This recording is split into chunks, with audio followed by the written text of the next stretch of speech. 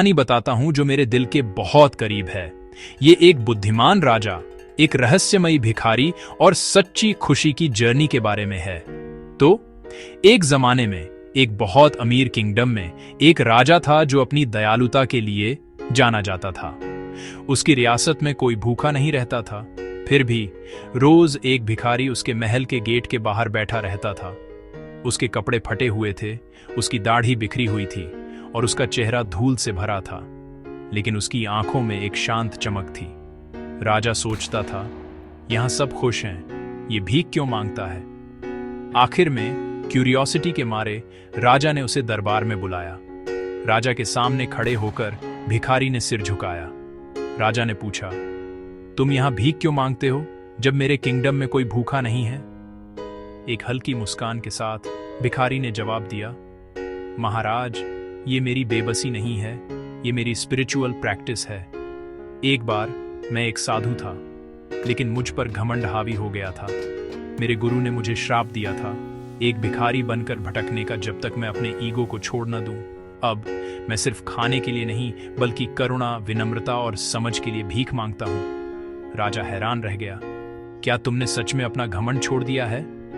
हर दिन, भिखारी ने जवाब दिया, मैं थोड़ा थोड़ा छोड़ता हूं। जब मैं ईगो से खाली हो जाऊंगा, तभी मैं फ्री हो पाऊंगा। उसे टेस्ट करने के लिए राजा ने भिखारी को 3 दिनों के लिए रॉयल ट्रीटमेंट दिया। अच्छे कपड़े, स्वादिष्ट खाना, कंफर्ट। 3 दिनों के बाद राजा ने पूछा, तुम्हें कैसा लग रहा है?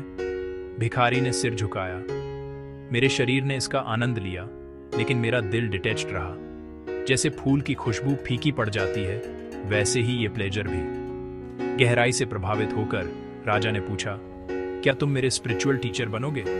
भिखारी मुस्कुराया, जब मैं सच में ईगो से फ्री हो जाऊंगा, तभी मैं दूसरों को सिखा सकता हूं। राजा ने सोचा, सच्ची रॉयल्टी अपने दिमाग पर राज करना है।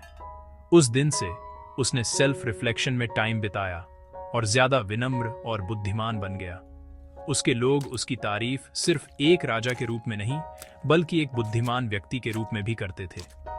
और भिखारी, वह अपनी जर्नी जारी रखता था, चुपचाप, अपने ईगो से आजादी की तलाश में। सालों बाद राजा ने भिखारी को ढूंढा, लेकिन वह गायब हो चुका था। शायद आखिरकार फ्री हो गया था। महल की दीवार पर राजा ने एक पत्थर लगाया जिस पर लिखा था, वह भिखारी नहीं था, वह मेरा सबसे बड़ा टीचर था। सच्ची दौलत सोने में नहीं, बल्कि आत्मज्ञान में है। तो मैंने क्या सीखा? सबसे बड़ा दुश्मन ईगो है। डिटैचमेंट जिंदगी से भागना नहीं है, बल्कि दुनिया में रहना है, लेकिन उसके मालिक न बनना। आप जिससे भी मिलते हैं, राजा हो या भिखारी, वह आपको कुछ सिखा सकता है।